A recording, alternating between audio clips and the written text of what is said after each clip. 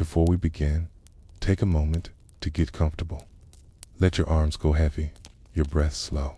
And as you listen, feel free to leave a comment sharing what time it is, where you are, and what city or village you're listening from. It's love to know. And if you'd like more quiet stories like this one, don't forget to subscribe so they gently appear when you need them most. Now, let's begin. The wind moves low across the plain, carrying with it a sound that is less a whistle than a long, hollow breath. You hear it press against the wooden walls of a cabin, rattling through loose boards, slipping in through cracks no blanket can seal. The moon hangs pale and distant, its light catching on frost that glitters across the hard ground. Each step crunches, slow and brittle, as though the earth itself has frozen solid beneath you. This is the Wild West, the 19th century, a land of endless horizons and nights that stretched cold and unforgiving. Winters here were brutal, a test not only of endurance but of silence, of patience, of holding on through the long dark. You don't need to follow every word. Just let the images drift softly, like fog over the river. Inside, the smell of smoke lingers heavy, curling upward from a fire that is more ember than flame. Logs crackle faintly, their warmth swallowed quickly by the vastness of the night. Shadows dance against rough-hewn walls, stretching long and thin, as if they too are weary of the cold. Beyond the cabin door, snow lies deep, muffling every sound, holding the world in stillness. Families huddled close, bodies pressed together beneath quilts, patched from whatever cloth could be spared. The cold seeped in anyway, curling under doors, crawling down from roofs, settling into bones. Some burned buffalo chips when wood was scarce, the smell sharp and bitter, filling rooms with a heat that was never quite enough. You don't need to hold on to every detail. Just let the crackle of fire and the crunch of frost settle softly in your thoughts. Out on the open trail, settlers wrapped themselves in wool and leather, breath rising in clouds that froze before fading. Horses stamped the ground, restless, against the bite of icy wind. The silence of the prairie was vast, broken only by the howl of wolves or the groan of wood in the cold. And as you linger in that stillness, with firelight fading, with snow pressing close against the walls, you may find yourself wondering, how did people survive nights like these, when the land itself seemed determined to freeze every living thing in its grasp? Asterisk, the sound reaches you first, a long, low whistle of wind pressing across an open plain, rattling the wood of a small cabin, forcing itself through every crack between rough-hewn logs. The noise is constant, steady, almost alive, like some restless thing moving across the land. Inside, the air trembles with it. The boards of the roof creak, the shutters strain. The very floor shivers faintly under each gust. You feel it in the air that moves against your skin. It's dry and sharp, stinging at every place where warmth escapes. You smell wood smoke, heavy and faintly bitter, drifting low beneath the ceiling where it lingers with each exhale of fire. The flames flicker in the stone hearth, their glow orange and uneven, illuminating the shadows that stretch across the two walls. The silence between gusts is brief, but when it comes, it feels deeper than silence, a stillness weighted by cold itself. And so, you are in the Wild West during a settler's first winter. Pause here. Imagine the people who came across. The plains in wagons, their wheels breaking across frozen ruts, their hands raw from ropes and reins, their faces wind-burned. They had survived the journey, but the winter itself was a trial no less severe. They built cabins from sod, from logs cut rough, from whatever materials were at hand. The walls were thick, but never tight enough to keep out the breath of wind. The roofs leaked snowmelt, the floors turned hard with frost. To step outside was to face an endless horizon of white, a silence so vast it swallowed sound. If you're still listening, notice how horizon itself feels endless now. It's not comforting, not close, but wide, unbroken, carrying wind without pause. You don't have to remember each detail. Just let the sense of openness drift around you, like the cold itself. The settlers wrapped themselves in what they had. Woolen coats worn thin, blankets patched and mended, buffalo hides traded from native people, shawls pulled tightly across faces.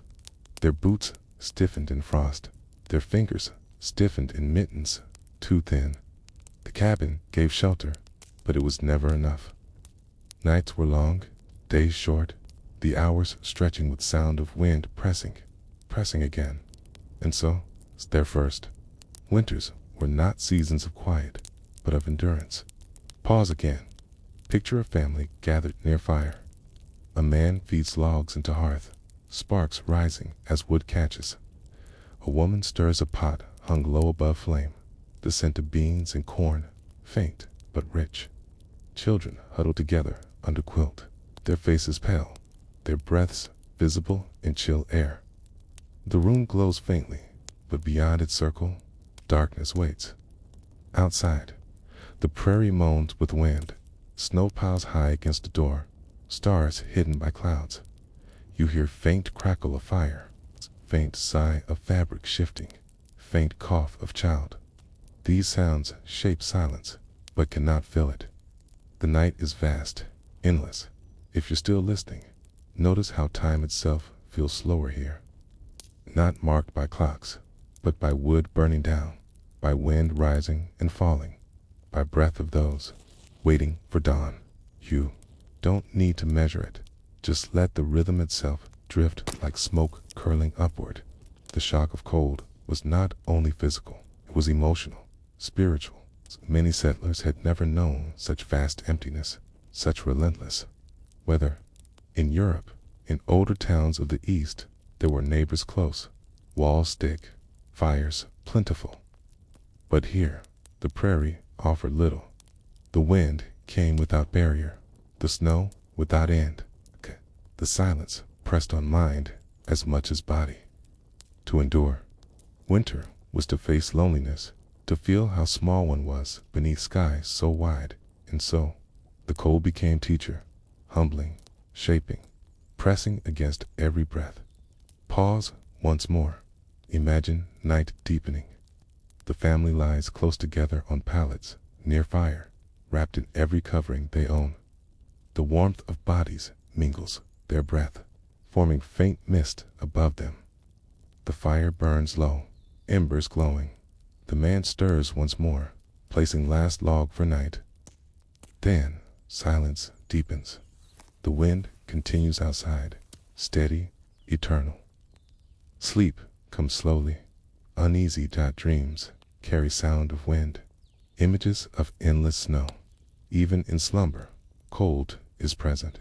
If you're still listening, notice how sleep itself feels fragile now. Not heavy, not deep, but thin, broken by sound of wind, by draft through crack, by shiver that wakes body. You don't have to imagine. Each dream just let sense of fragility itself drift like shadow. The settlers' first winters often claimed lives. Frostbite, sickness, hunger, all came in silence. Graves were dug shallow in frozen earth, marked with wood that snow soon covered. Yet those who endured carried memory of it all their lives. They remembered sound of wind pressing close, smell of smoke lingering heavy, feel of cold settling into bone. They remembered first winter as trial that shaped them, carved them as surely as stone carves land. And so, survival was not comfort, but endurance through silence unending. Pause again. Imagine dawn breaking at last. Light seeps faintly through cracks in shutter, pale and gray. The fire has burned low. Only embers remain. The room is cold again, breath visible, frost forming on window. Yet outside, horizon glows faintly with new day. The family stirs, breathes, rises slowly. Another day of cold begins, another day endured. If you're still listening, notice how dawn itself feels slow here. not sudden, not bright, but pale, creeping, fragile. You don't need to hold each moment. Let the sense of light itself drift, like snow settling on roof. The shock of first winters in the Wild West was lesson in survival. Kings and queens had their chambers of stone, but settlers had sod and log. Their warmth was built from firewood gathered, hides traded, quilts sewn, bodies pressed close. Their silence was not guarded by watchmen, but by vastness of land itself. To live was to endure, to drift each night into uneasy sleep, knowing dawn would come pale and cold again. And so, the memory of their nights lingers still, in echo of wind, in silence of plains, key in walls that stand in ruin but hold presence of those who endured. Pause once more. Imagine standing in such cabin now, centuries later. The walls leaned, the roof sagged, the hearth crumbled. Yet step inside, and silence is the same. You feel wind pressing. You smell faint trace of earth and wood. You hear emptiness echo. Empty. Room is empty, but it remembers, and you are left with reflection drifting softly, like frost across a window. Did settlers ever truly rest in first winters of Wild West? Or was their sleep always fragile, uneasy, cured within silence that pressed against every wall? Asterisk, the wind continues its long song outside, pressing against roof, whistling through cracks, moaning across open prairie. Inside, the hearth glows faint, its flames low, its warmth never enough to fill the room. You feel the chill lingering in corners, rising from floorboards, seeping into clothes. The struggle for warmth was not momentary, it was constant, repeating each hour, each day, each night. Survive the Wild West winter was not to escape cold, but to keep it at bay, inch by inch. Pause here. Imagine stepping outside's cabin in early morning. The horizon glows pale with dawn. Snow crusted hard across ground, each step crunching sharply. The air is biting, so sharp it stings throat with every breath. Your hands ache instantly, even within mittens. You walk toward a pile of logs, or perhaps toward a distant stand of trees. The axe rests heavy on shoulder. Your boots sink deep and drift. Your breath comes fast, clouding before you. Every movement is slow, weighed down by frost. You hear the sound of axe striking wood, steady and hollow. Coo. You hear splinters breaking, snow shifting, breath gasping. Each log split is survival itself. Each piece carried back toward cabin, another measure of warmth secured. And so, struggle for warmth-shaped rhythm of each day. Pause again. Picture the work of gathering fuel. In some regions, wood was plentiful, in others scarce. On plains, where trees stood few, settlers burned dried buffalo dung, its smoke acrid, but its heat steady. In mountains, they chopped pine and oak, stacking it high, watching it vanish quickly as fires devoured logs. In cold country, they dug and hauled, each lump black and heavy, each fire thick with smoke. Whatever fuel they found, it was never enough, for winter consumed constantly. If you're still listening, notice how fire itself feels fragile here. Not endless, not secure, but brief, flickering, always needing more. You don't have to count each log. Let the rhythm of labor itself drift, like axe striking wood, again and again. Inside cabins, stoves became a heart of home. Iron stoves glowed red, their sides warm to touch, their doors clanging softly as logs were fed. Round them, families gathered, pressing close, their shadows long against the wall.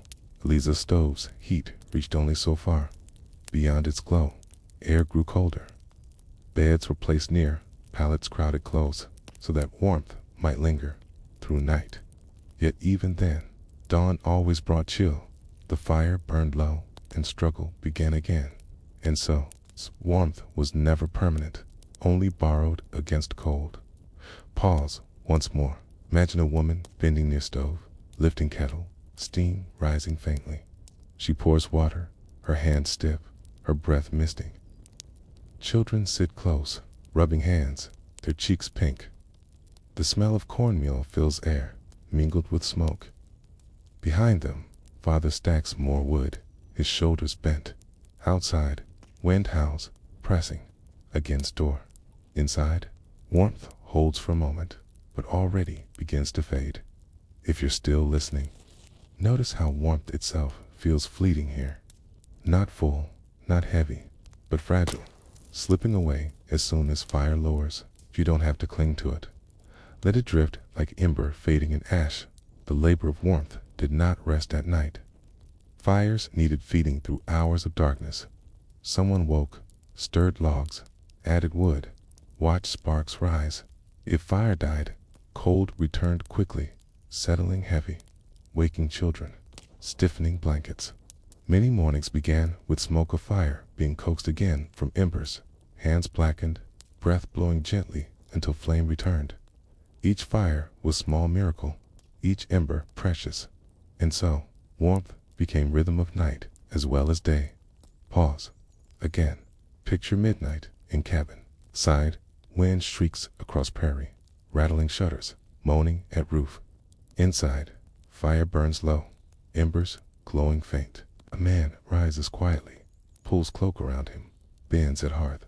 He stirs embers, adds wood, breathes until flame catches. The glow brightens, the warmth spreads faintly again. Children sigh, shifting quilts, their bodies easing back into rest. The man settles once more, eyes heavy. Silence deepens. If you're still listening, notice how night itself feels longer now. Not hours marked by clocks, but by fire dimming, by logs added, by warmth slipping and returning. You don't need to measure it. Let rhythm itself cradle you. The struggle for warmth was also burden on body. Fingers split from cold, backs ached from chopping, lungs burned from smoke. Yet labor did not stop, could not stop. To live was, to continue, to endure. Warmth was not luxury, but necessity, and each act of work carried weight of survival. And so, every log split, every fire fed, was a moment of life extended. Pause once more. Imagine dawn after a long night. Fire has burned. Lo, only embers remain. The man rises again, splits more wood, the sound echoing sharp in still air. The woman stirs porridge, steam rising faint. Children wake, their faces pale, their breath misting. The day begins, and with it, struggle anew. Outside, snow still drifts, wind still moans, horizon still endless. Yet inside, the fire grows again, fragile but alive. If you're still listening, notice how cycle itself feels steady here. Not harsh, not sharp, but repeating, returning, endless like wave. You don't have to hold each day. Let rhythm itself drift like wind pressing again and again. The struggle for warmth in Wild West winters was battle fought quietly, endlessly. It shaped lives, bodies, families. It carved memory into mind, taught patience, taught endurance. Those who survived carried memory of sound of axe, smell of smoke, feel of fire fading. They remembered nights when warmth hailed, mornings when fire was coaxed again. They remembered struggle as life itself. And so, warmth was not gift, but labor repeated through silence of endless winters. Pause once more. Imagine standing in ruin of cabin now. The stove is rusted, the hearth collapsed, the walls bare, yet you can almost hear it still. Faint clang of an iron door, faint crackle of log, faint breath blowing ember to flame. The silence carries memory, the stone holds echo, and you are left with reflection drifting softly. It's like smoke lingering in rafters. Did settlers ever truly feel warmth in winter? Or did they only borrow it briefly, always knowing cold would return? Again, asterisk, the sun slips behind horizon early, leaving sky pale, then dark, then starless beneath heavy clouds. Inside cabin, the last chores of day are finished. Logs are stacked by hearth, blankets shaken, water drawn. The wind grows sharper outside, moaning through chinks in wall, rattling door, pressing against roof. The family gathers close, not only to share warmth, but to survive night together. In Wild West winters, sleep was never solitary. It was shared, huddled, woven of breath and bodies. Pause here. Imagine fire glowing in hearth, its flames dancing low. Shadows climb walls, flickering across rough-hewn boards. The smell of smoke clings to air, thick yet familiar. The floor is covered with quilts, blankets, buffalo hides, whatever fabrics could be found. Upon them, children curl together, their faces pressed close, their bodies nested. Parents lie near, their forms bent around little ones, creating cocoon of warmth. Above, rafters groan softly. Outside, wind shrieks again. You hear a faint murmur of prayer, faint cough of child, faint sigh of quilt shifting. These sounds mix with crackle of wood, creating lull that softens silence. And so, night was endured, not alone, but together. Pause again. Picture the way families arranged themselves. Small cabins, space was scarce. Beds were often shared, 3 or 4 to a mattress, sometimes more. Straw was laid beneath, hides above, quilts layered heavy. Those who lay at edges shivered, more those in middle sweated with warmth. Children were pressed between parents, keeping them safe, keeping them warm. Infants were swaddled tightly, placed close to mother's body, her heat their shield against cold. The act of sleeping became act protection, each body lending warmth to another. If you're still listening, notice how warmth itself feels shared now, not singular, not distant, but passed hand to hand, body to body. You don't have to. Picture each form. Let the sense of closeness itself drift across you, like quilt settling over many shoulders. Some nights were restless. The wind rose higher, snow-battered walls. The fire struggled low. The family stirred often, blankets pulled tighter, logs added, embers blown to flame. Sleep came in fragments, broken by watchfulness. Yet even broken sleep was enough, if warmth held, if dawn returned. The rhythm of night was not heavy slumber, but drifting, waking, dozing again, always aware of cold pressing close. And so, nights were long, but always shared. Pause once more. Imagine midnight. The fire has dimmed, the room grown colder. A man stirs, rises, feeds wood to hearth. Sparks rise, glow bright for a moment. Warmth spreading faint. Children shift beneath quilts, sighing softly. A mother soothes one who wakes, whispers lullaby, hums faint tune remembered from far away. Her voice is low, steady, folding into silence. The child drifts again. The mother settles back. The night continues. If you're still listening, notice how sound itself feels softened here. Not loud, not heavy, but faint, like hum across still air. You don't need to follow each word. Let rhythm itself cradle you, as lullabies once did. There were rituals too. Some families prayed before fire, asking for safety through night. Some told stories, their voices carrying across quilts, their words lulling children into half-sleep. Some sang, their songs quiet, old, drawn from places left behind. These rituals gave shape to darkness, gave comfort to silence. Night was not only endured, it was softened by shared voice, shared breath, shared closeness. And so, families built warmth, not only from wood, but from each other. Pause again. Picture dawn approaching. The fire has burned low again, embers faint. The quilts are heavy with frost that formed in night, their edges stiff. The family stirs slowly, eyes heavy, bodies sore from closeness. Yet they rise, one by one, gathering near hearth again. Another day of cold begins. Another day survived together. If you're still listening, notice how time itself feels looped here. Night repeating, day repeating, each blending into rhythm of endurance. You don't need to mark each. Let cycle itself drift like wave against shore.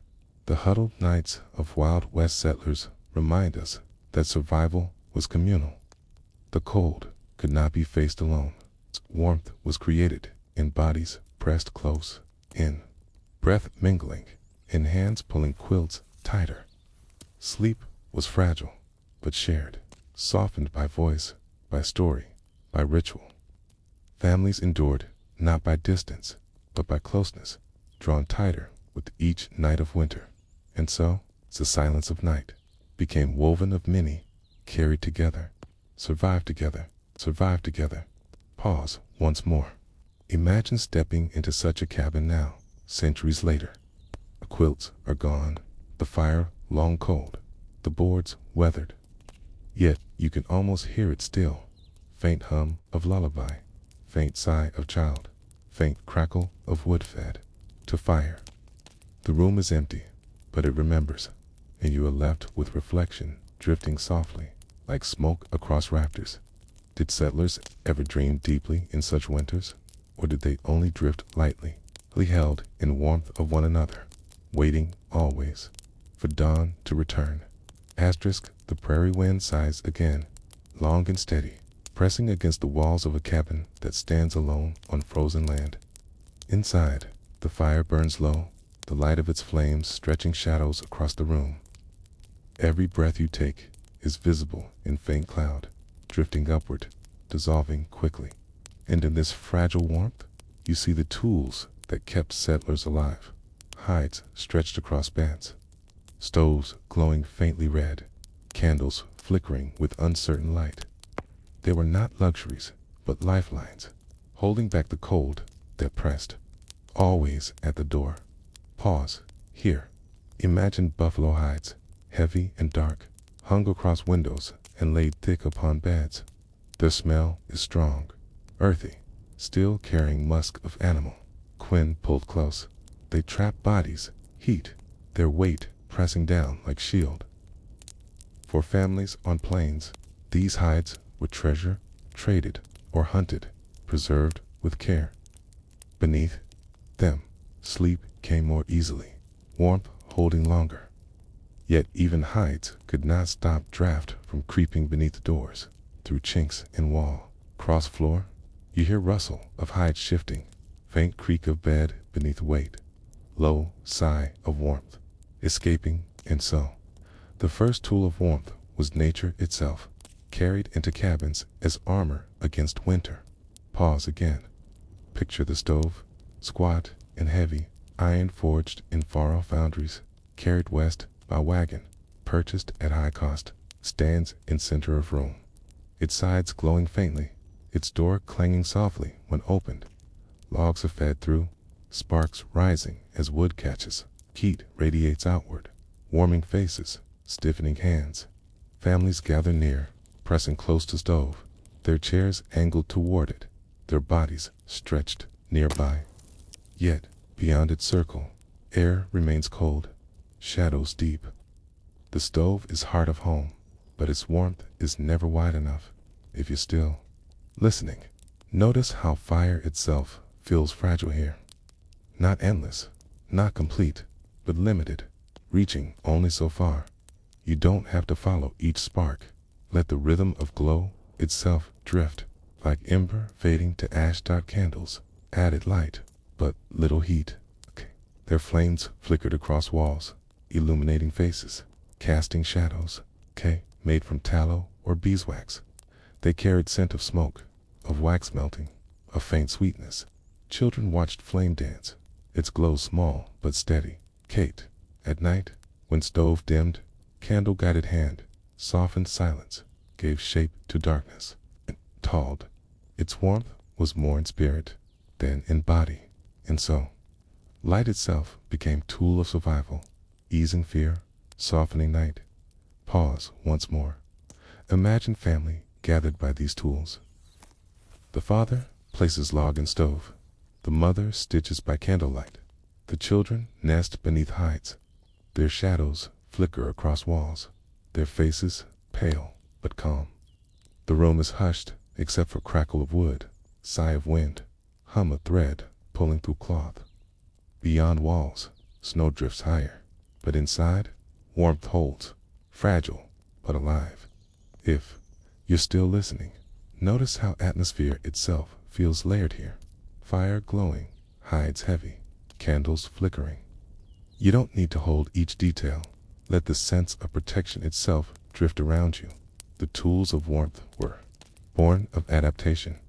Some families used bricks heated in fire, placed at foot of bed, wrapped in cloth. Others filled bottles with hot water, placing them beneath quilts. Stones were baked in hearth, then set along benches, radiating heat slowly. Each method was small, each relief brief, yet combined they formed barrier against cold. Innovation was constant, necessity demanding invention.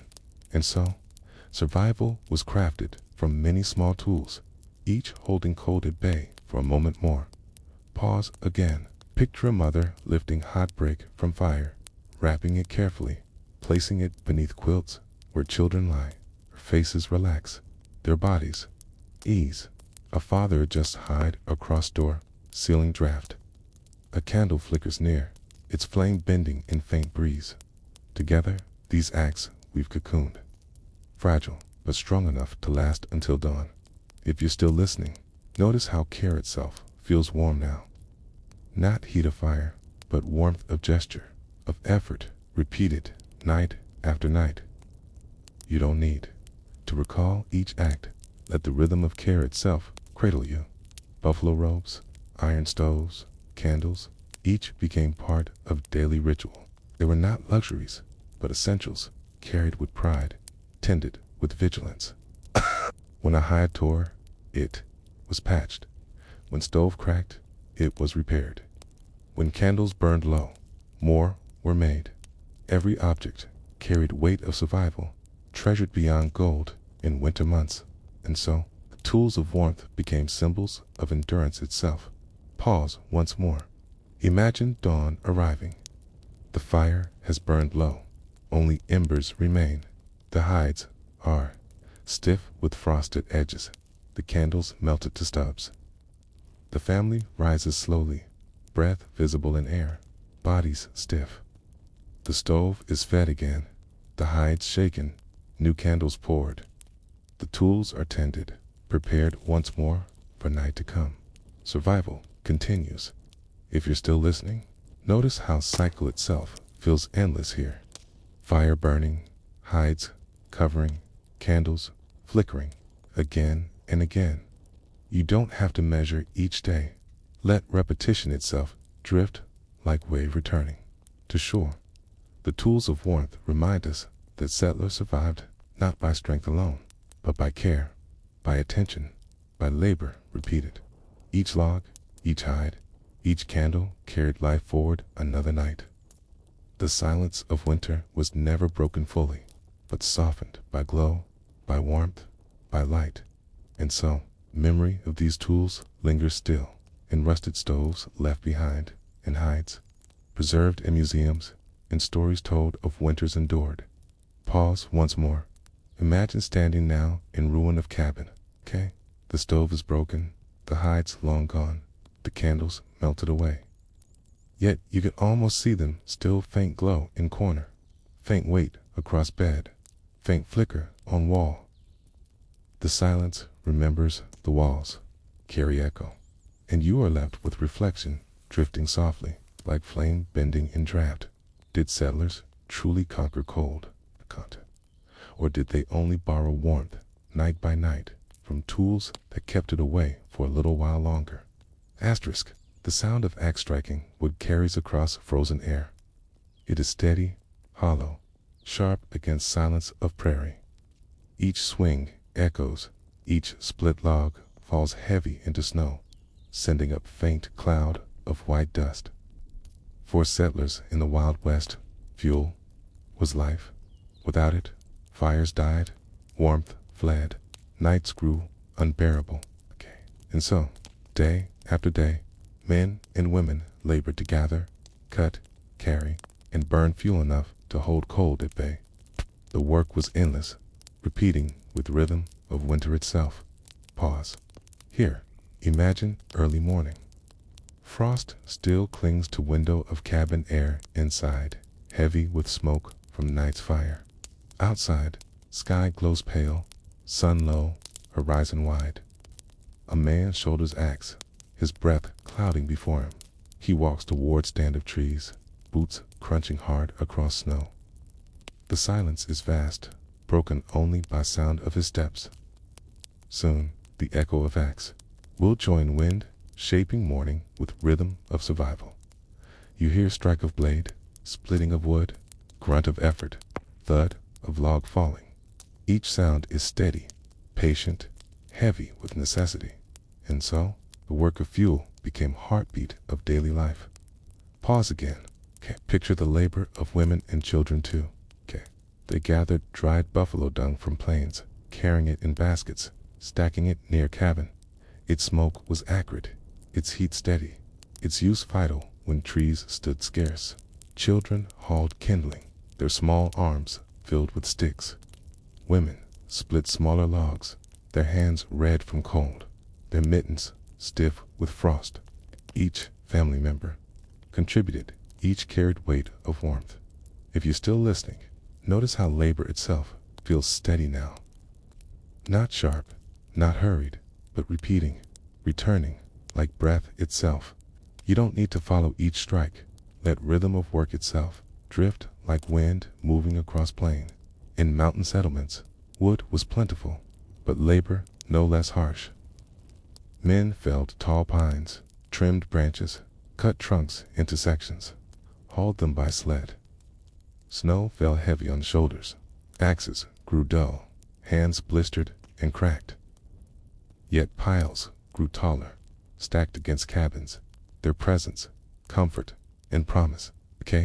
Each log represented night endured, fire fed, warmth secured. Sea-pow diminished too quickly was to feel unease, to fear winter's hunger. And so, wood became measure of safety, its presence shaping peace of mind. Pause once more. Imagine evening, family gathered near hearth. The father stacks logs nearby, their ends glistening with frost. The mother sweeps ash, prepares kettle. The children help carry kindling, dropping it in pile. The fire burns brighter, the room grows warmer. Beyond, wind continues, snow drifts higher, night lengthens, but inside, logs are stacked, fire fed, warmth secured for now. If you're still listening, notice how warmth itself feels earned now, not given, not simple, but carried by labor of many hands. You don't need to recall each movement. Let the sense of effort itself drift like smoke rising. The work of fuel was not only physical, but emotional. Families lived with constant calculation. How much wood remained, how quickly it burned, how long it must last. Anxiety pressed as steadily as cold. A dwindling stack meant danger, meant frost creeping close, meant risk of sickness, frostbite, even death. 2 sea piles shrink was the field time running out. And so, each log thrown into fire carried weight of both relief and fear. Pause once more. Imagine dawn after such night. The hearth glows faint, but fire lives. The room smells of smoke, heavy and clanging. The family rises, weary but alive. It's out. Wind still moans, horizon still endless. But inside, fire burns. Again, carried by labor, by sacrifice, by work repeated without end. If you're still listening, notice how cycle itself feels unbroken here. Fire fading, wood added, warmth returning, again and again. You don't need to mark each turn. Let repetition itself cradle you like wave across shore. The endless work of fuel shaped lives of settlers. It carved strength into bodies, patience into minds, memory into families. Hey, they remembered winters by how much wood was stacked, how quickly it fell, how long it lasted. Okay? They remembered sound of axe, smell of dung smoke, feel of soot on hands. Survival was not dramatic, but steady, slow, shaped by rhythm of fuel, consumed and gathered again. And so, warmth was not luxury, but labor, endured with silence of endless nights. Pause once more. Imagine standing in ruin now. The wood pile is gone, the stove rusted, the hearth cold. Yet you can almost hear it, still faint strike of axe, faint creak of sled, faint sigh of log falling. The silence carries memory. The stone remembers, and you are left with reflection drifting softly. Like smoke rising into rafters. Did settlers ever truly rest in winter? Or did they always hear sound of axe, feel weight of wood, even in dreams, knowing fire must always be fed again? Asterisk.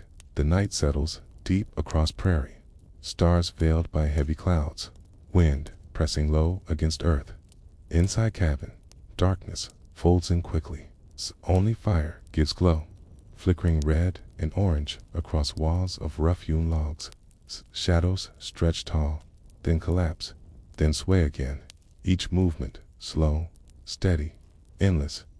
In wild west winters, light was as precious as heat, for it carried not only warmth, but comfort, safety, and rhythm through endless hours of night. Pause here. Imagine the flicker of lantern on a wooden table. Its flame burns behind thin pane of glass.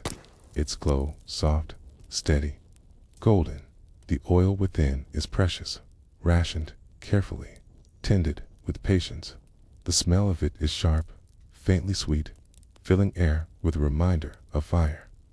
Shadows bend across the floor, faces glow faint, eyes reflect gold.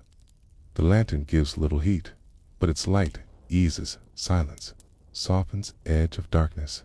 You hear faint hiss of wick, faint clink of glass, faint sigh of wind pressing against shutter. These sounds mingle, folding silence into rhythm, and so light itself became tool of warmth, not in body, but in spirit. Pause again. Picture the fire burning in hearth. Its glow spills across quilts, across walls, across rafters. Children watch it, their eyes heavy, their minds lulled by constant motion of flame. The firelight shifts as logs crack, as embers fall, as smoke rises faint. Its movement is endless, steady, a dance of light and shadow shaping night. To watch, it was to feel. Time slowing, hours lengthening, silence deepening. If you're still listening, notice how firelight itself feels alive here. Not fixed, not still, but moving, breathing, swaying. You don't have to follow each spark. Let the rhythm of glow itself drift, like flame bending in draft. Candles added their own softness, set upon tables, shelves, windowsills. Their flames trembled at faintest movement. They glowed against fabric, against faces, against hands bent in work. Their wax melted slowly, dripping into pools, hardening again in cool air. The smell of tallow, faint and oily, mingled with smoke. Families watched them burn down, measured night by inches of wick. To see candle near its end was to feel time running short, and so candles became clocks as much as lights, marking slow passage of winter nights. Pause once more.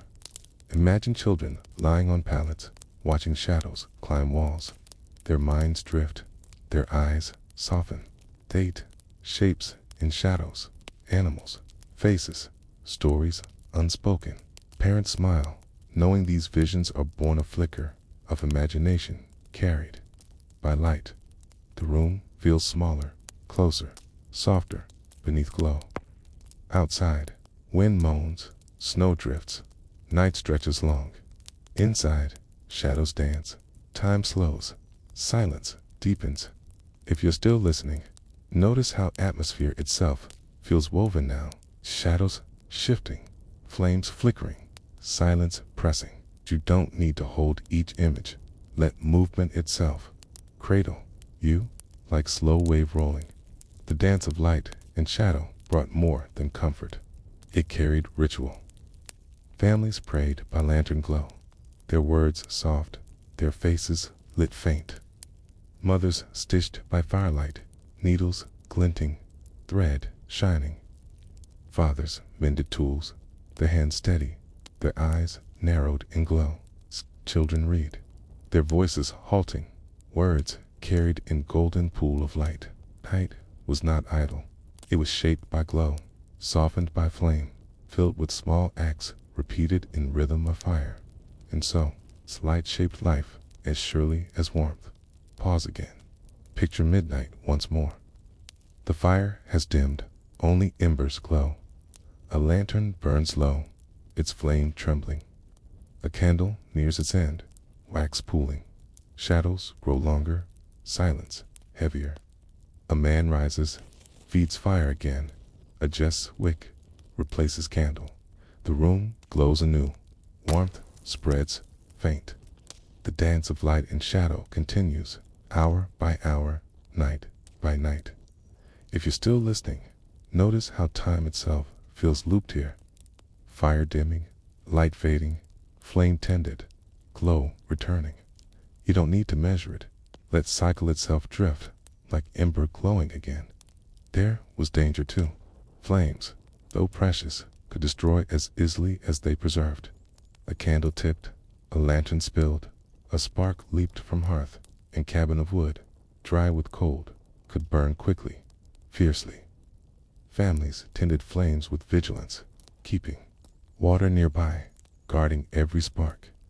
Fear of fire lived alongside need of it, shaping careful rituals of night. And so, each light was both savior and threat, comfort and risk. Pause once more. Imagine dawn approaching. Lanterns burn low, candles melted, fire smolders faint. Light from sky seeps pale through frosted window, softening room. Shadows retreat, glow fades. The dance of night ends, replaced by day's cold brightness. Family rises, weary but alive, their memories of flicker lingering in eyes. Another night endured, another light carried through darkness. If you're still listening, notice how memory itself feels layered now. Shadows remembered, flames imagined, silence folded into glow. You don't need to recall each, let persistence itself drift like smoke, rising slow. The dance of light and shadow in Wild West winters reminds us that survival was more than heat. It was spirit sustained, fear softened, silence broken gently. Fire, lantern, candle, each carried glow into darkness, each shaped rhythm of night, each left echo in memory. And so, settler survival was not only in fuel, but in glow, in flicker, in light that turned endless winter night into space of warmth and hope. Pause once more. Imagine standing now in an empty cabin. The fire's gone, the lantern rusted, the candles melted. Yet, you can almost see it still, faint glow across a wall, faint shadow shifting, faint ember glowing. The silence carries memory, the room remembers, and you are left with reflection drifting softly, like light fading at dawn. Did settlers ever truly rest in dark? Or did they always dream with eyes half open, watching shadows move across wall, waiting for morning to come? Asterisk, the wind moans once more across wide prairie, carrying with it a breath of snow and emptiness. Side the cabin, shadows flicker in firelight. And you notice how much of survival rested not only on tools or walls, but on people themselves in winter's long grip. It was women who often carried quiet labor that kept families alive, their work constant, unseen, woven into every moment of night and day. Pause here. Imagine the hearth, its fire glowing faint, its smoke curling upward. A woman bends near it, stirring pot that bubbles slowly, the smell of cornmeal or beans filling the air. Her hands are red from cold, stiff from labor, yet they move steady. Kettle adds pinch of salt, stirs once more round her. Children huddle close, their faces pale, their eyes following her every motion. The room is warm only near fire, but her presence steadies silence. You hear a faint scrape of ladle, faint sigh of pot boiling, faint crackle of logs splitting in fire. These sounds form rhythm of winter survival, soft, steady, repeated. And so, women's labor became a heartbeat of cabin in cold. Pause again. Picture the endless tasks. Quilts must be mended, patches sewn from scraps, stitches small and careful. Hides must be softened, their edges tied, their weight spread across beds. Bread must be baked, beans soaked, milk warmed. Each task alone is small, but together they weave life through silence of season. The work begins before dawn and ends after dark, yet it never ends truly, for night brings new needs, new cries, new burdens to meet. If you're still listening, notice how rhythm itself feels steady here. Not sharp, not rushed, but flowing, like breath carried through silence. You don't need to count each task. Let the sense of continuity itself drift like smoke above fire. The cold pressed hardest on women carrying infants. Babies were wrapped in swaddles of wool and hide, held close to body for warmth, their breath mingling with mothers. Nights were long, broken by cries, by feeding, by shifting blankets. Mothers endured sleeplessness, hunger, cold, yet pressed on their body shields against frost. To hold child through night was to carry life itself, fragile but enduring. And so, survival passed from body to body, mother to child, warmth shared with patience. Pause once more. Imagine night in cabin. Fire burns low, embers glowing faint. Children stir, blankets shift. A baby cries softly. The mother rises, her face pale in firelight, her hands trembling but steady. She lifts the child, soothes it, rocks it gently. Her voice hums, low tune, soft as whisper, folding silence into rhythm. The baby quiets, rests again. She returns to bed, her breath heavy, her body weary. Night continues, her labor unseen yet endless. If you're still listening, notice how sound itself feels softened here. Lull of voice, sigh of breath, hum of silence around. You don't need to hold each note. Let rhythm itself drift like cradle, rocking slow. Women also tended sickness. Winters brought coughs, fevers, frostbite. Herbs were steeped, poultices pressed, cloths dampened. Vinegar was rubbed on skin, steam inhaled, prayers whispered. Their care was constant, their hands steady, their eyes watchful. Illness might take, but without such tending, many more would have been lost. Survival depended not only on strength of walls, but on patience of hands, gentleness of voice, endurance of spirit. And so, the work of winter was woven of care, quiet yet unbroken. Pause again. Picture dawn approaching. The fire glows faint, kettle simmering. A woman rises, stirring pot again, her hair loose, her hands cracked. She sets bowls before children, wipes their faces, hums softly. Outside, wind moans, snow drifts high. Inside, her labor continues, steady as breath, soft as low. If you're still listening, notice how time itself feels softened now, not rushed, not marked, but steady, repeating, folding one day into next. You don't need to follow each hour. Let flow itself drift like snow falling across the horizon. The women of Wild West winters carried survival quietly. They patched, cooked, soothed, prayed. They mended quilts and spirits, warmed children in cabins, endured night and day alike. Their work was seldom written, seldom told, but it shaped lives, kept fires burning, carried families through silence of season. And so, memory of their labor lingers, soft but enduring, like warmth pressed into quilt. Pause once more. Imagine standing in ruin now. Hearth is cold, the rafters bare, the floor covered in dust. Yet you can almost see her still bending near fire, stitching in candlelight, rocking child in arms. The silence carries her presence. The air holds her echo, and you are left with reflection drifting softly, like smoke across empty hearth. Did women of frontier winters ever rest fully, or did they only drift briefly? Their dreams filled always with labor waiting at dawn. Asterisk, the fire burns low again, its glow faint, its warmth fragile. Around it, children gather, their faces pale, their hands cupped near flame. In Wild West winters, children endured silence as deep as snow itself. Their lives were shaped by cold, their play constrained by frost, their sleep broken by drafts, pressing through walls. Yet, even in long nights, children carried resilience, shaping survival with their small bodies, their laughter, their endurance through hardship. Pause here. Imagine cabin at dusk. Shadows climb walls, fire flickers, silence deepens. Children sit near hearth, their breath visible, their eyes heavy. Some hold dolls made of rags, their fabric patched and worn.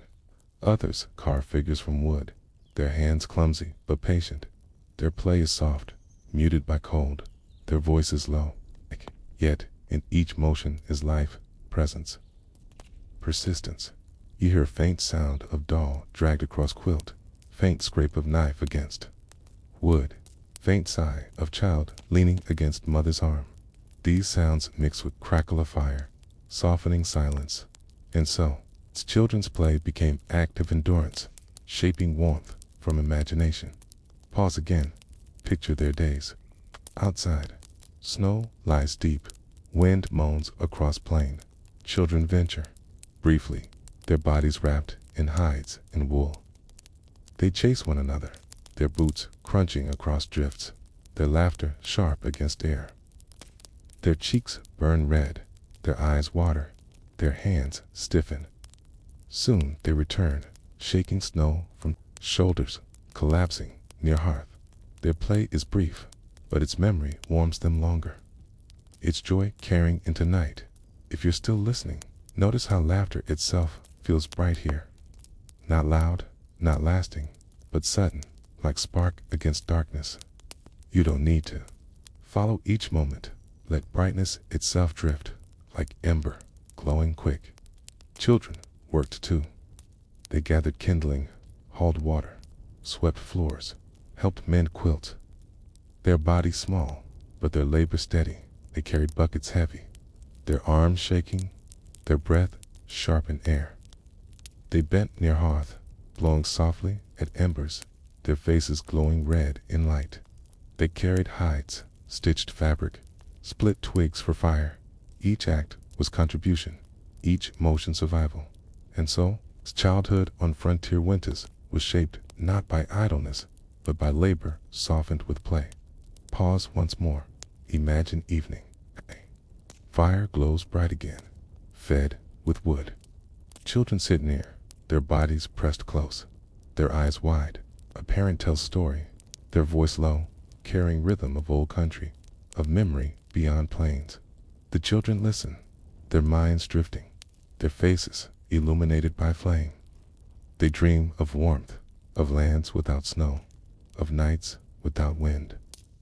Their eyes close, their heads lean against quilts, their bodies ease into sleep. If you're still listening, notice how story itself feels soft here. Not sharp, not urgent, but drifting, folding into silence. You don't need to recall each word. Let rhythm itself cradle you like lullaby humming. Children endured sickness too, winters, carried fevers, coughs, frostbite. Small bodies weakened quickly, yet often recovered with resilience beyond measure. Mothers tended them, fathers prayed, siblings shared warmth. Beds were crowded, quilts heavy, breath mingled in closeness. Many did not survive, but many did, their strength growing, their spirits forged in silence of winter, and so resilience of children became light within darkness, hope within silence. Pause again. Picture dawn. The fire burns low, the room pale with first light. Children stir, their faces pink, their hair tangled. They stretch, yawn, smile faintly.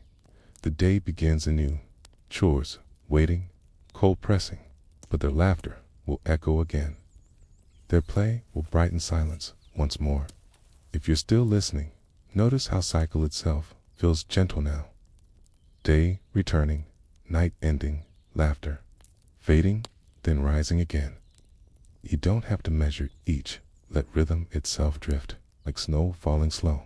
Children of Wild West winters carried memory of hardship into lives beyond.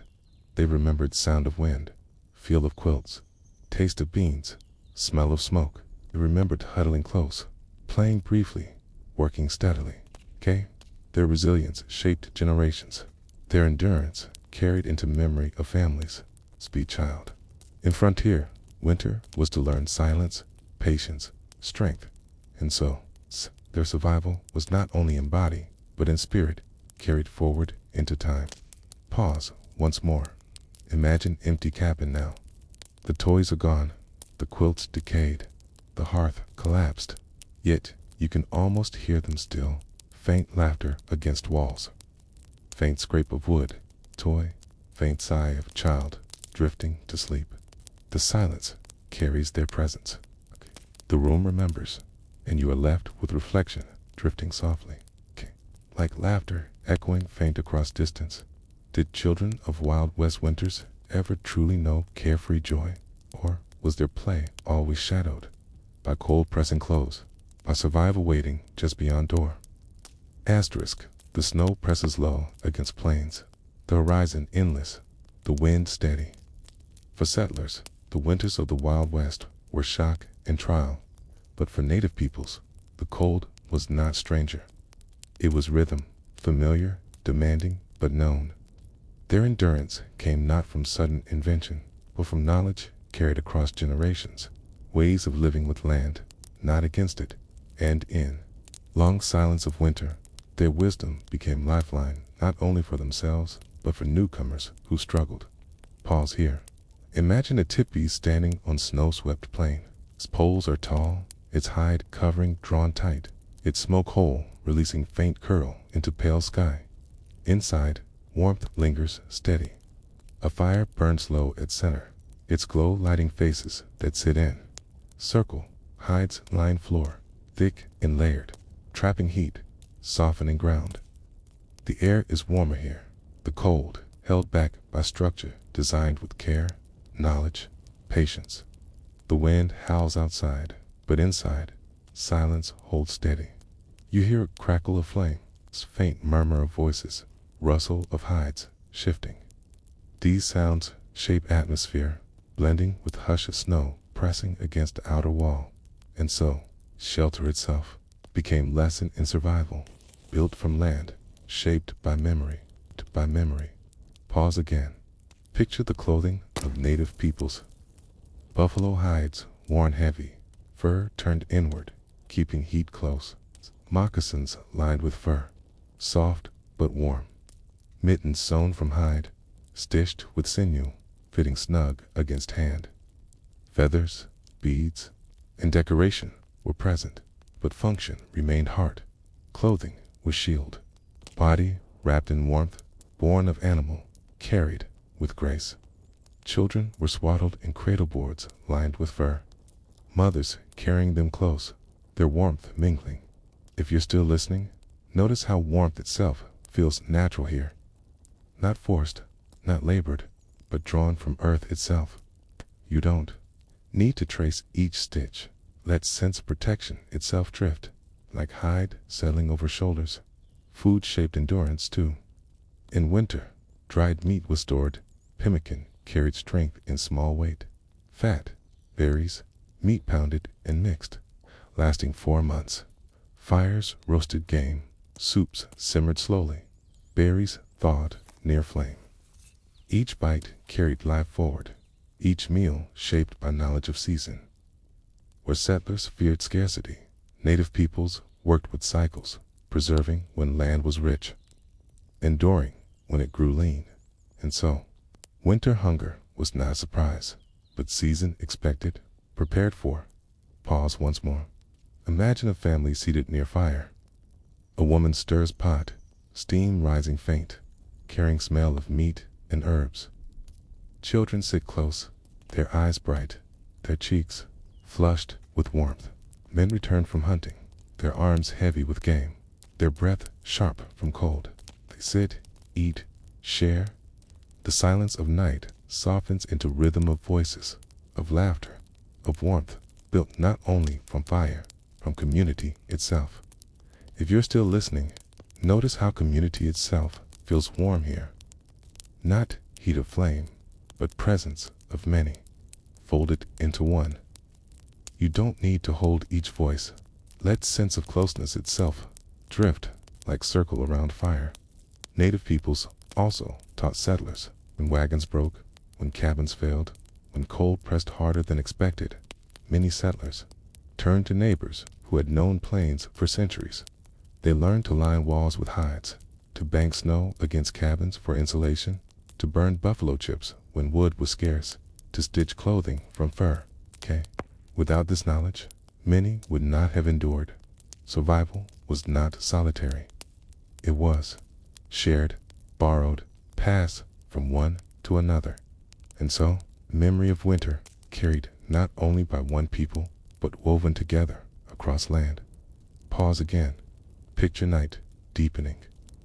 The tipi glows faint, smoke rising slow. Outside, stars shimmer faint. Between clouds, snow drifts higher. Inside, fire burns low. Children drift into sleep, their bodies curled beneath hides. Voices soften, silence deepens, rhythm continues. The night is long, but not feared. It is endured, carried with knowledge of many winters before. If you're still listening, notice how time itself feels layered now. It's not sudden, not strange, but repeating, folding one season into next. You don't need to follow each year. Let sense of continuity itself drift, like snow returning again. The knowledge of native peoples shaped survival, not only in their own lives, but in memory of land itself. Their ways of building, dressing, storing, eating all grew from cycles of earth, not from fight against it. Their winters were harsh, but not alien. To them, silence of night was not emptiness, but rhythm, presence, echo of generations. And so, endurance became more than survival. It became harmony, patience, understanding. Pause once more. Imagine standing in such a place now.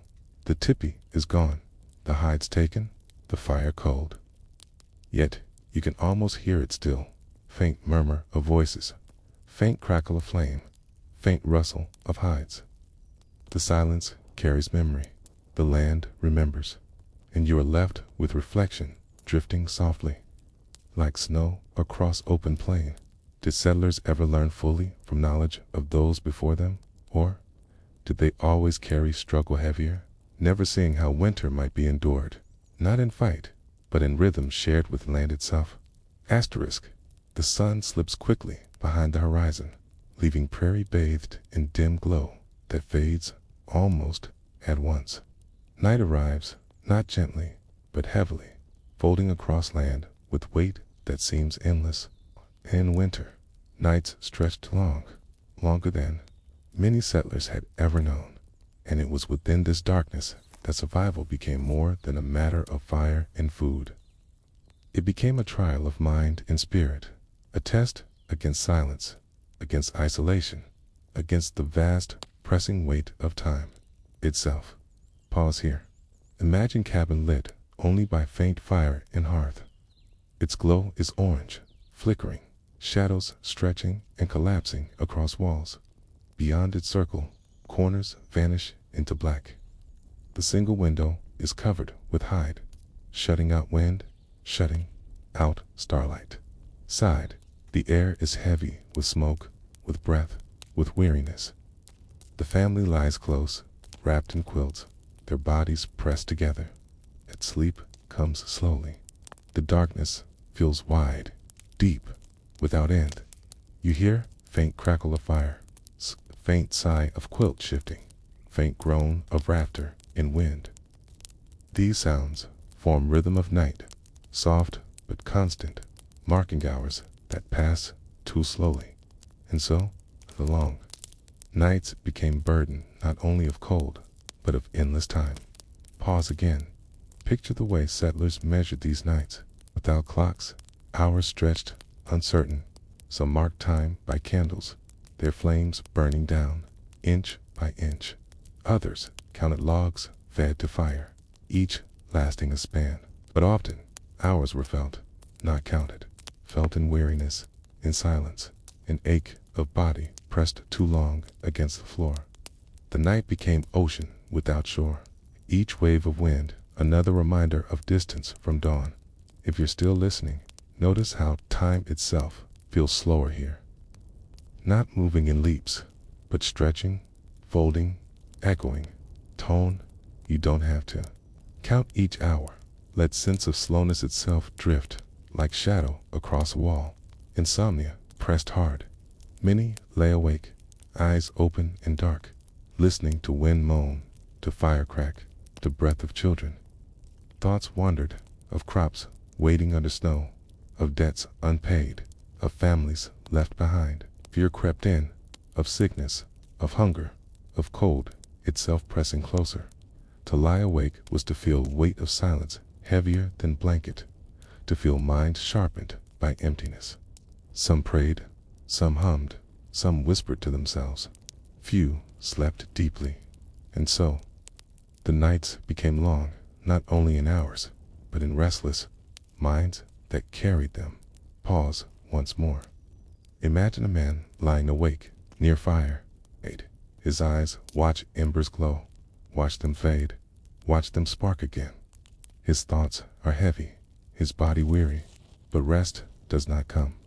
Beside him, his wife stirs children. Sigh. He shifts quietly, adds log to fire, watches it catch, listens to crackle. Then he lies down again, eyes still open. The night continues, slow, heavy. If you're still listening, notice how rest itself feels fragile here. Not deep, not easy, but thin, broken, uncertain. You don't need to hold each moment. Let fragility itself drift, like ember glowing faint. Isolation pressed too. Cabins stood far apart, miles between families. Winter cut travel, snow blocking roads, wind erasing paths. Letters came rarely. Visits seldom, news almost never. Each family lived alone, their voices carried only within four walls. The world beyond seemed distant, unreachable, forgotten. Loneliness weighed as heavily as frost, pressing on spirits, bending hearts. And so, the long nights became silence of isolation, endured without remedy. Pause again. Picture family gathered in single rooms. Their voices are low, their stories repeated, their songs familiar.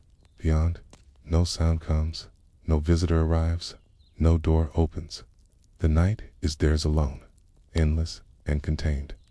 They sleep, wake, sleep again, their lives folded into rhythm of their own voices only. The silence beyond walls is deep, endless. If you're still listening, notice how silence itself feels heavy now. Not empty, not void, but pressing, folding around, enclosing. You don't need to resist it. Let weight itself drift, like snow piling high. The long nights shaped dreams too. Sleep, when it came, carried images of warmth, of spring, of light. It also carried fears, wolves howling, storms rising, sickness spreading. Dreams blurred with waking, their shapes lingering into morning, their weight pressing on weary.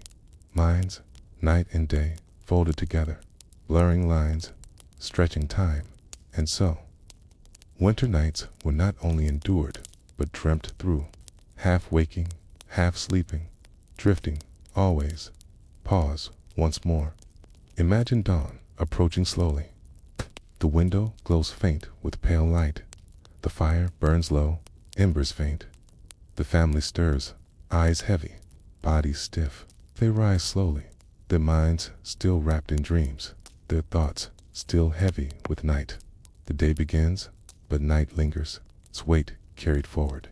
If you're still listening, notice how cycle itself feels unending here.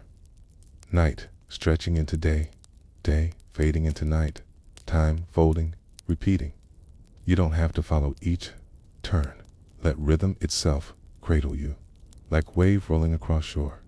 The long nights of Wild West winters were a trial of spirit as much as body.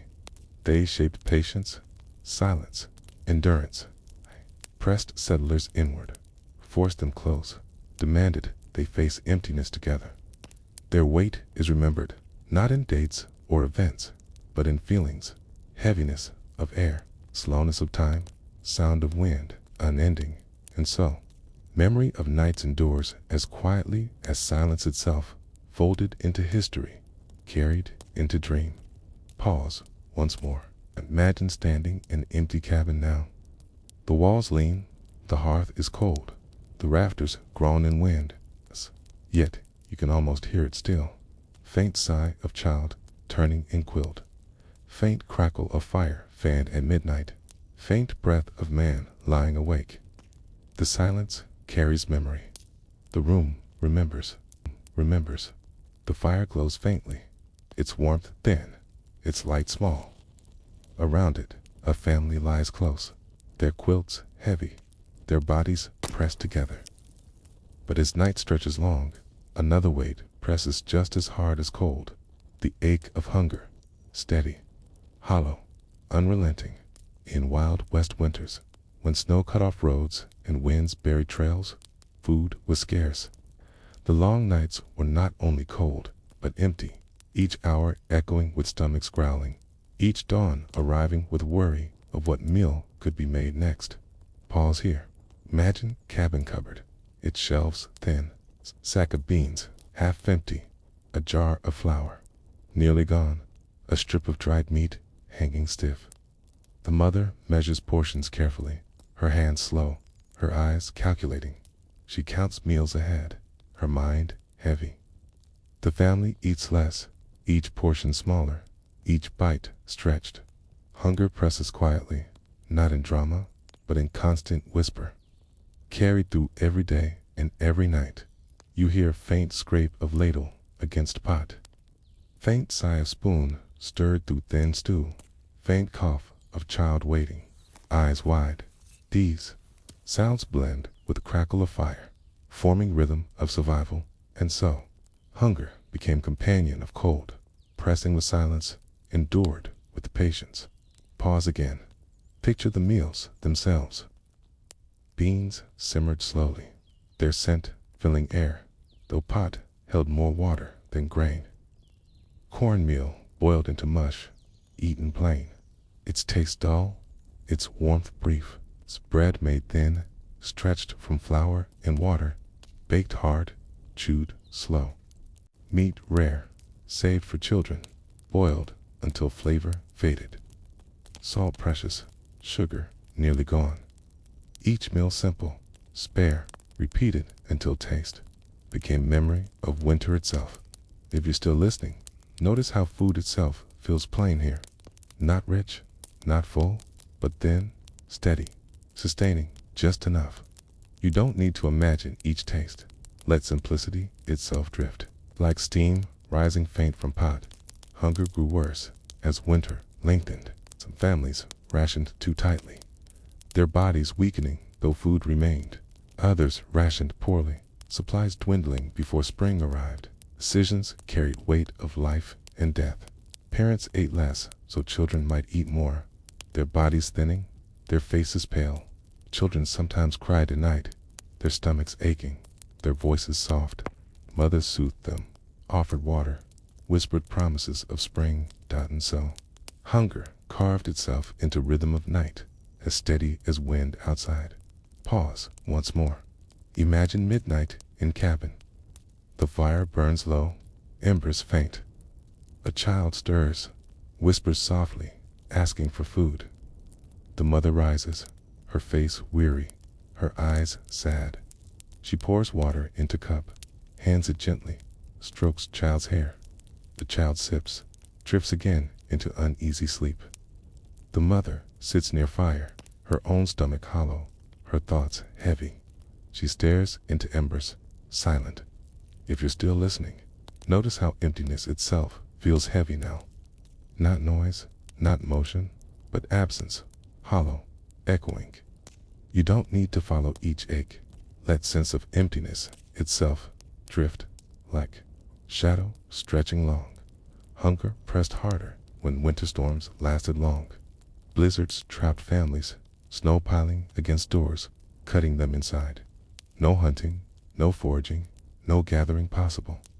Food stores dwindled quickly, each meal measured tighter.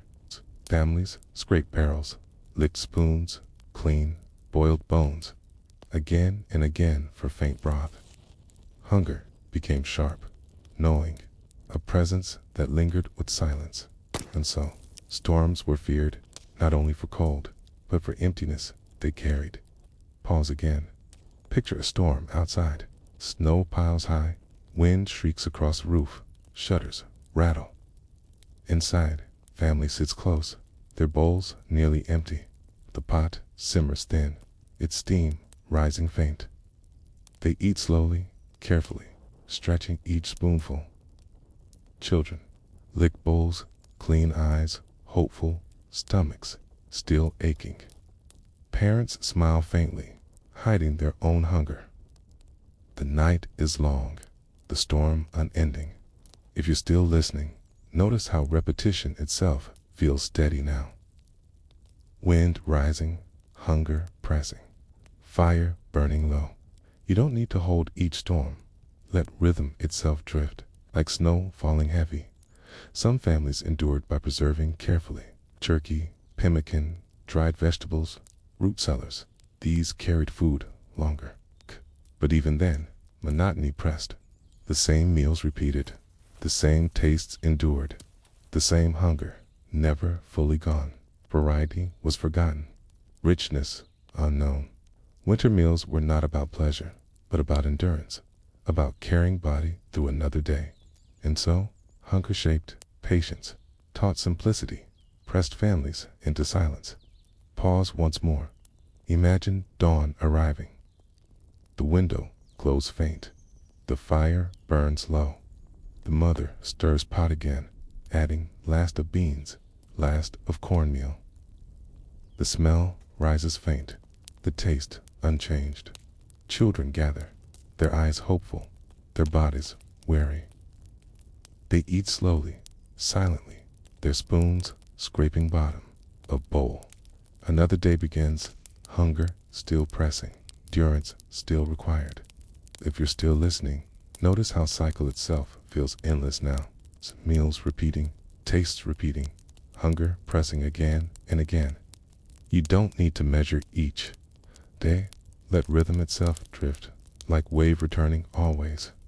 Hunger in Wild West winters was not sudden, but steady. Pressing like cold itself, constant and quiet. It shaped lives, thinned bodies, bent spirits, was endured with patience, softened with prayer, survived with silence.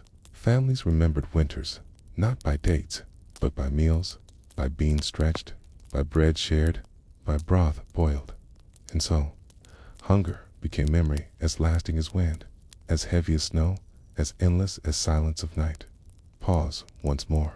Imagine standing in empty cabin now.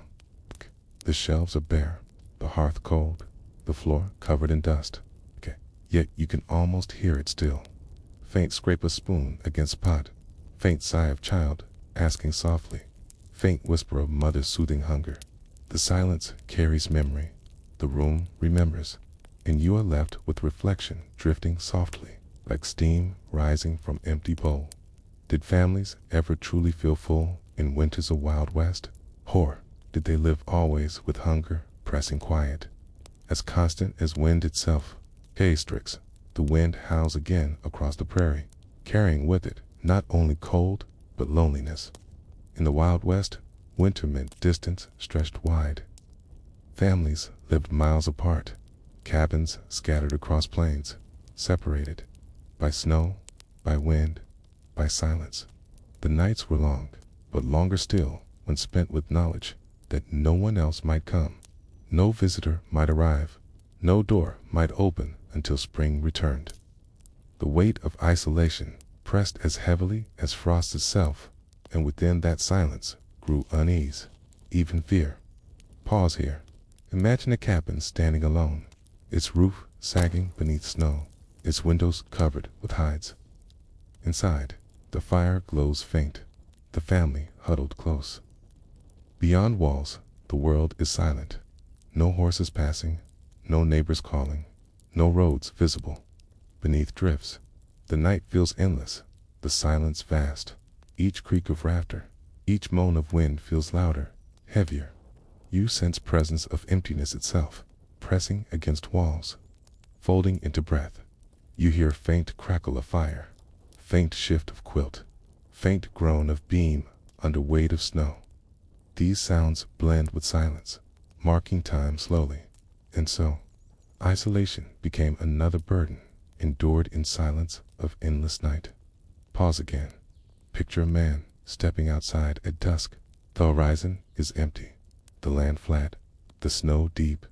No smoke rises from other chimneys, no voices carry across air. He sees only white, hears only wind. He turns back quickly, for the vastness feels heavy, for the emptiness seems endless.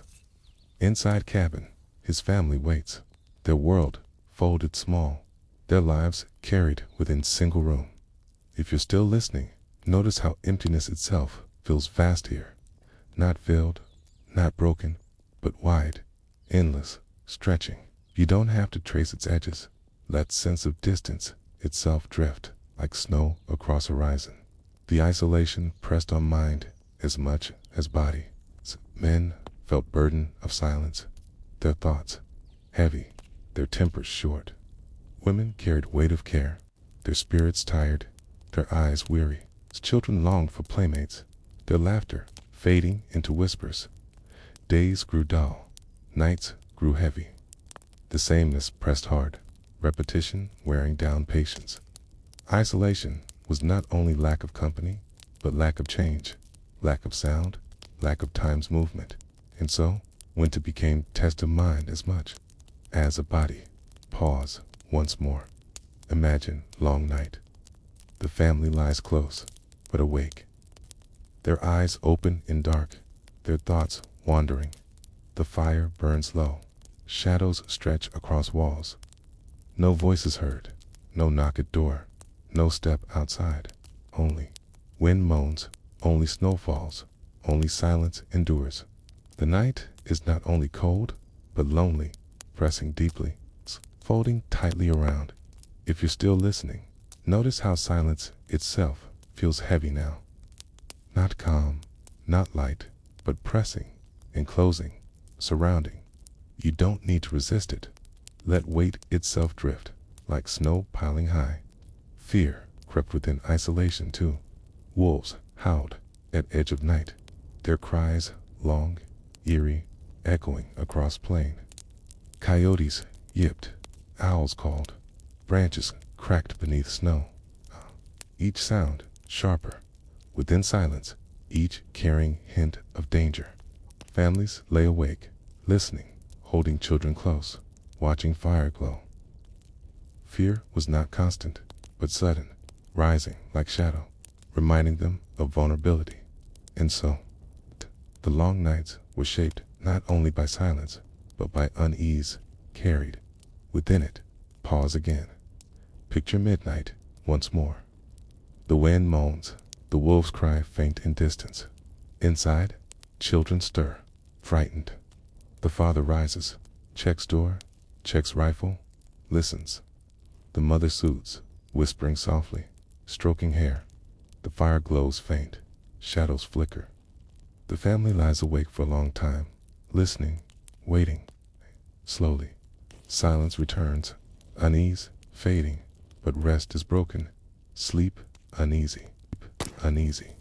If you're still listening, notice how cycle itself feels steady here. Silence repeating, emptiness repeating, fear rising, then fading, again and again. You don't need to measure each night. Let rhythm itself drift, like shadow returning. Always, the isolation and fear of Wild West winters shaped the spirit of settlers. It taught patience, forged resilience, pressed families close. It carved loneliness into memory, but also strengthened bonds within walls. The silence endured, became part of them, carried forward, remembered, always.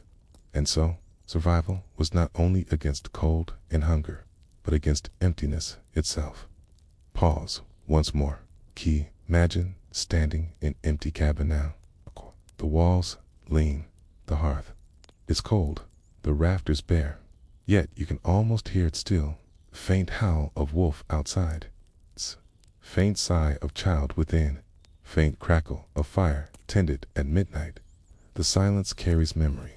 The room remembers, and you are left with reflection, drifting softly, like echo fading across distance. Did settlers ever truly escape weight of isolation, or did its silence remain always, carried in dreams, pressing again each winter that returned? Asterisk. The wind presses steady across the open land, carrying with it a memory of winters past. Inside a cabin, a fire glows, its light reaching across walls of hewn timber. Families sit close, their faces pale and glow, their hands wrapped around cups of warm broth. And as night stretches long, stories begin. Stories of cold endured, of winters survived, of silence remembered. In the Wild West, survival was not only lived in moment, but carried afterward in words, shaping memory of land, of people, of time itself. Pause here. Imagine the circle around fire. Shadows sway, logs crackle, smoke rises faintly. A man leans forward, his voice low, telling children of winter when snow drifted higher than roof. He describes days without food, nights when fire burned low, mornings when frost covered blankets. The children listen, their eyes wide, their minds filled with image of struggle. They shiver, though warmth surrounds them. The story carries weight of memory, pressing softly against silence. You hear faint murmur of voice, faint sigh of child, faint hum of fire shifting. These sounds blend, forming rhythm of storytelling. And so, memory of cold became story, told again and again beside flame. Pause again. Picture stories of neighbors, of travelers, of strangers lost in snow. Families told of men found frozen near trails, of women who carried children through storm, of herds that perished when drifts grew high. These stories were not told for fright, but for memory, reminders of hardship, lessons in endurance. Children learned patience, caution, resilience through these words. The silence of night carried not only present, but past. If you're still listening, notice how stories themselves feel layered here. Not sudden, not sharp, but folded, drifting from one to next. You don't have to follow each tale.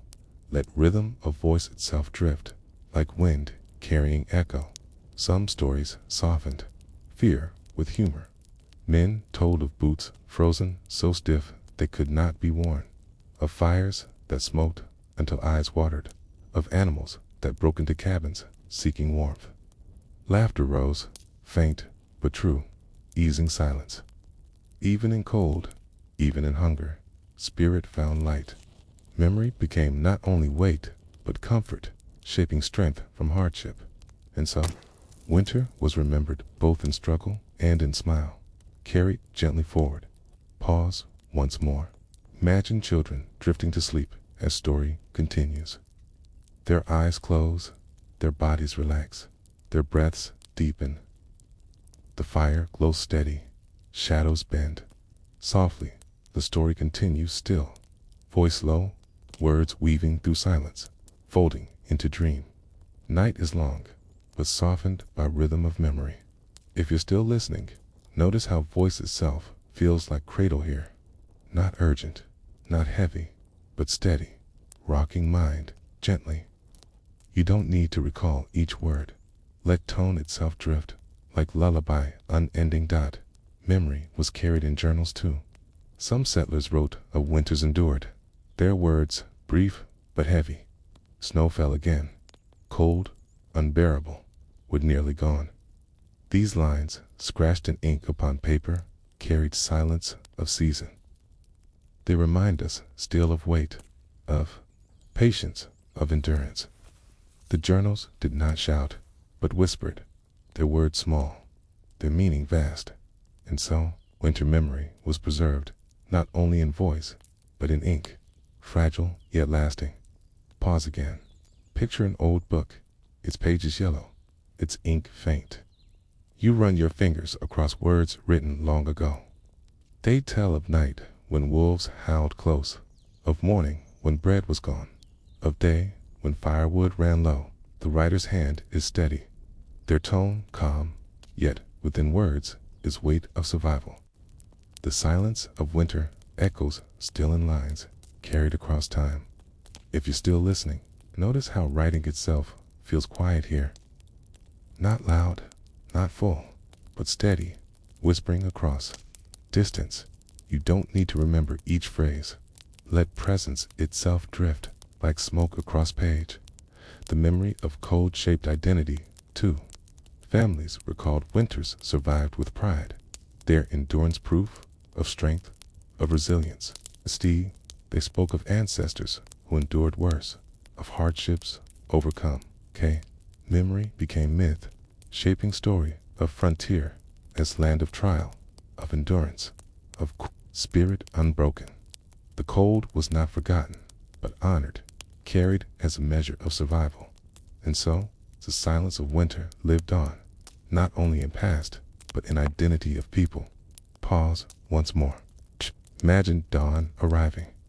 The fire burns low, the family stirs. Children remember story told night before, their minds filled with images of cold. Parents remember winters past, their hearts heavy but steady. Memory folds into day, carried forward, shaping spirit of family. If you're still listening, notice how cycle itself feels endless now. Story told, story remembered, story carried again. You don't have to hold each, let flow itself drift, like wave repeating on shore. The memory of cold and wild west winters lingers not only in stories or journals, but in silence itself. It is carried in ruins of cabins, in rusted stoves, in empty plains where wind still moans. It is presence remembered, echo unbroken, story unending. And so, winter lives still, not only in season, but in memory, folded into land itself. Pause once more. Imagine standing now in an empty cabin. The fire is gone, the walls lean, the rafters bare, yet you can almost hear it still, faint voice telling story, faint sigh of child drifting, faint crackle of wood. The silence carries memory. The room remembers, and you are left with reflection, drifting softly, like smoke lingering after flame. Did families tell stories to preserve memory, or to ease burden of night, to soften silence, to remind themselves they had endured before and would endure again? Asterisk. The fire burned steady, its glow reaching across quilts, its warmth folding into air. Around it, a family gathers once more. There, voices low, their hands busy. In winters of the Wild West, survival was not only endured, but taught. Parents passed knowledge to children. Neighbors taught one another. Elders shared memory of years before. Skills were carried like heirlooms, not carved in stone, but spoken in quiet rooms, practiced in daily labor. And so, the memory of cold became not only story, but lesson, guidance, pressed into hands, into habits, into silence of long nights. Pause here. Imagine mother and daughter, seated together, candle flickering faint beside them. The mother shows how to mend quilt, her fingers steady, her stitches small. The daughter watches, her eyes wide, her hands clumsy but eager. Thread pulls through fabric, needle glints in light, cloth bends and binds. Skill is simple, but vital warmth secured by stitch, survival carried by hand. The mother speaks softly, explaining each motion, but more is learned in watching, in repeating. In patience, you hear faint hiss of candle, faint scrape of needle, faint sigh of cloth, shifting. These sounds form rhythm of teaching, steady as fire itself. And so, knowledge of warmth passed from hand to hand, stitch to stitch, across generations. Pause again. Picture father and son near woodpile. Snow lies deep, the air sharp. The father raises axe, splits log, shows how to strike clean, how to angle blade. The son lifts axe, his arm small, his motion awkward. He swings, misses, tries again. The father guides, his hand strong, his patience steady. The log splits, wood falls, warmth secured. The lesson is not in word, but in rhythm, in swing, in strike, in echo of blade across wood. If you're still listening, notice how rhythm itself feels steady here, not hurried, not sharp, but repeated, patient, slow. You don't need to hold each strike. Let rhythm itself drift like breath moving in cold air. The lesson stressed further. Children learned to bank snow against cabin walls, sealing warmth. T learned to pack kindling, to tend fire, to watch flame, to know when logs must be added. They learned to dry meat, to store beans, to measure flour. They learned to sew hides, to shape mittens, to line boots with fur. Each task was practice, repeated until it became habit. Knowledge was not held in books, but in bodies, in motion, in silence. And so, survival was carried not in words alone, but in hands trained by winter. Pause once more. Imagine evening again. Children sit near fire, sewing small pieces of cloth, stirring small pots, carrying small buckets of wood. Their motions are clumsy, but each is a lesson, each is practice. Parents watch, guiding gently, speaking softly. The fire glows, shadows bend, silence folds around. The lessons continue, steady, patient, unending. If you're still listening, notice how teaching itself feels warm here. Not harsh, not heavy, but gentle, folding into rhythm of night.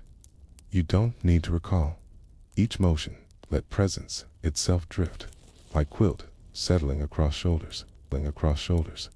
Elders carried memory deeper still. They told of winters harsher, storms heavier, nights longer. They shared how ancestors endured, how skills were learned, how patience was shaped. Their voices were low, their tones steady, their eyes distant. Children listened, their minds filled with images of past, their spirits steadied by knowledge that survival had always been possible, had always been endured.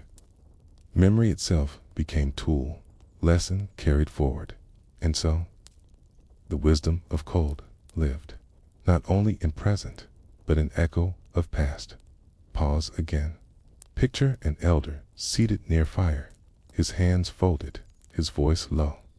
He tells of year when snow buried fences, when wolves came close, when food grew scarce. He tells of neighbors who shared, of skills that saved, of patience that endured. Children listen, their faces calm, their eyes wide. His words fold into silence, his memory becoming theirs. If you're still listening, notice how voice itself feels steady now. Not urgent, not loud, but quiet, flowing slow, drifting across night. You don't need to hold each story. Let weight itself drift like snow across plain. The lessons of winter were remembered because they were repeated. Each season brought same tasks, same labors, same endurance. Each year, children grew more skilled, their hands steadier, their minds stronger. They carried memory forward, prepared to teach next, prepared to endure again. Knowledge was not kept for self, but shared, passed, given. Okay? In this way, survival became not only moment, but chain unbroken. And so, okay, the memory of cold was carried across generations, woven into spirit of people. Pause once more. Imagine dawn arriving. The fire glows faint. The family stirs. Children rise. Fetch wood. Sweep floor. Mend quilts. Parents guide. Correct. Encourage. The cycle continues.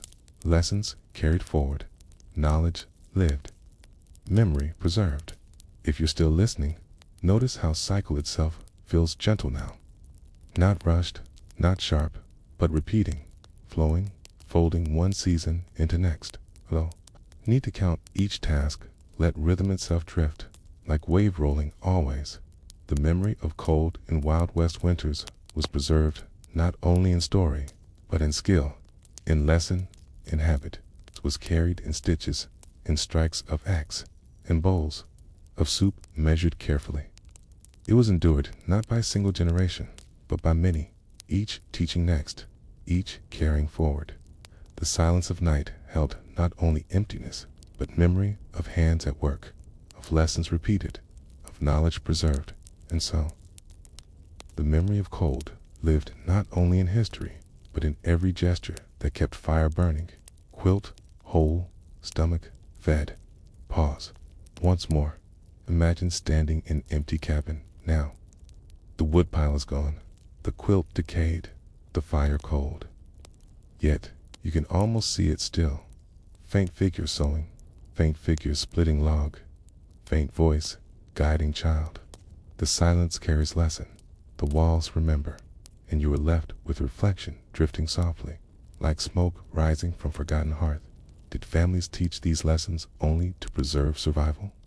Or also to remind themselves that each act, each habit was part of chain unbroken, carrying memory of cold beyond their own time. Asterisk, the fire burns low once more, its glow red, its warmth faint but steady. Around it, families sit close, their voices weaving through night. Okay. The stories told are not only memories of hunger, or of logs split, or of quilts patched. Okay. Over time, these stories grew larger, softened in some places, sharpened in others, shaping themselves into myths of the frontier. What was endured became what was remembered. What was remembered became what was retold.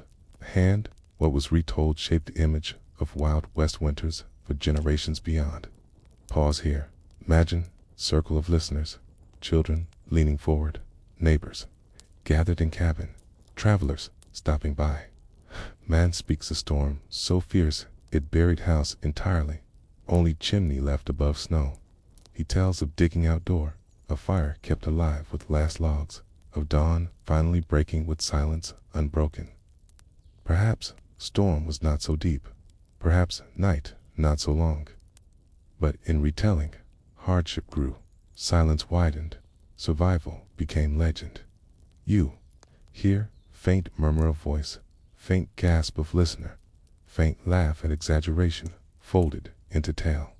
These sounds mingle with a crackle of fire, carrying a story beyond silence. And so, memory turns slowly into myth, shaping spirit of winter as much as truth itself. Pause again. Picture the way tales spread. A mother tells her children of year, when wolves circled cabin night after night, their howls echoing without end. A neighbor later repeats, saying wolves pressed closer, their eyes glowing red and dark. A traveler carries story further, saying family fought wolves at door, fire blazing, rifles ready. Okay, the truth bends, stretches, folds, yet at heart remains. Silence of night, fear of how, endurance of family. The story becomes larger, carrying weight of myth. If you're still listening, notice how story itself feels shifting here. Not fixed, not certain, but flowing, bending, drifting. You don't have to trace each change. Let movement itself drift like snow reshaping land. Children who grew to adults carried these stories beyond frontier. They told of winters endured, of storms survived, of hunger conquered. Their words were colored by memory, but also by pride, by spirit of survival. Hardship became proof of strength. Struggle became identity. Cold itself became symbol of resilience. The winters were no longer only trials, but part of legend of West itself. And so, what was silence became story. What was emptiness became myth. Pause once more. Imagine evening in town now, decades later. Families sit near stove in boarding house, their voices rising as snow falls outside. Old men tell of winters past, their words steady, their eyes distant. Young men listen, their faces drawn, their minds filled with images of cold they never endured. The stories fold into community, shaping spirit of place. If you're still listening, notice how voice itself feels layered now. Not only one, but many, each adding, each shaping. You don't need to hold each detail. Let chorus itself drift, like many echoes blending. The myths reached east too. Newspapers carried tales of frontier, of winters so harsh entire towns vanished, of settlers frozen on trails, of blizzards endless as sea. Illustrations showed cabins buried, men struggling through drifts, wolves howling at door.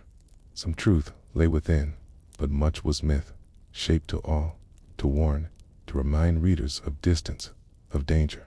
Spirit of West, the silence of winter was carried, even where snow never fell so deep. And so, this myth of cold became part of nations. Image, frontier, written in frost. Pause again. Catch a reader in city far away. He sits near stove, his hands warm, his room bright. Yet his eyes widen as he reads of storm on plains, of families huddled, of nights unending. Feels chill not in air but in mind, a memory not his own, a myth carried across words. The frontier grows larger in imagination, winter shaping it as much as guns, as much as cattle, as much as gold. If you're still listening, notice how imagination itself feels alive now. Not your memory, not your past, but image folding softly into thought. You don't need to hold each line. Let vision itself drift like snow across dream. The myths soften grief too. Families told of those lost, not only in sorrow, but in story. A man frozen in blizzard became hero who braved storm too far. A woman who starved became saint who gave her share to children. Memory turned suffering into meaning, silence into purpose. The myth carried weight of respect, of honor, of endurance. And so, cold itself became stage on which spirit was proven, remembered, retold. Pause once more. Imagine dawn, long after frontier had passed. The cabins are gone, the towns grown, the trains running. Yet stories remain, told by grandchildren of settlers, remembered in letters, printed in books. The winters are recalled as brutal, endless, harsh, but also as moments of resilience, of patience, of survival. The truth is blurred, but the memory is clear. Winter was endured, and in enduring, identity was shaped. If you're still listening, notice how cycle itself feels complete. Now, hardship endured, memory carried, myth retold, spirit shaped. You don't have to hold each stage. Let flow itself drift, like wave fading into horizon. The memory of cold in Wild West winters endures not only in ruins, not only in journals, but in myth itself.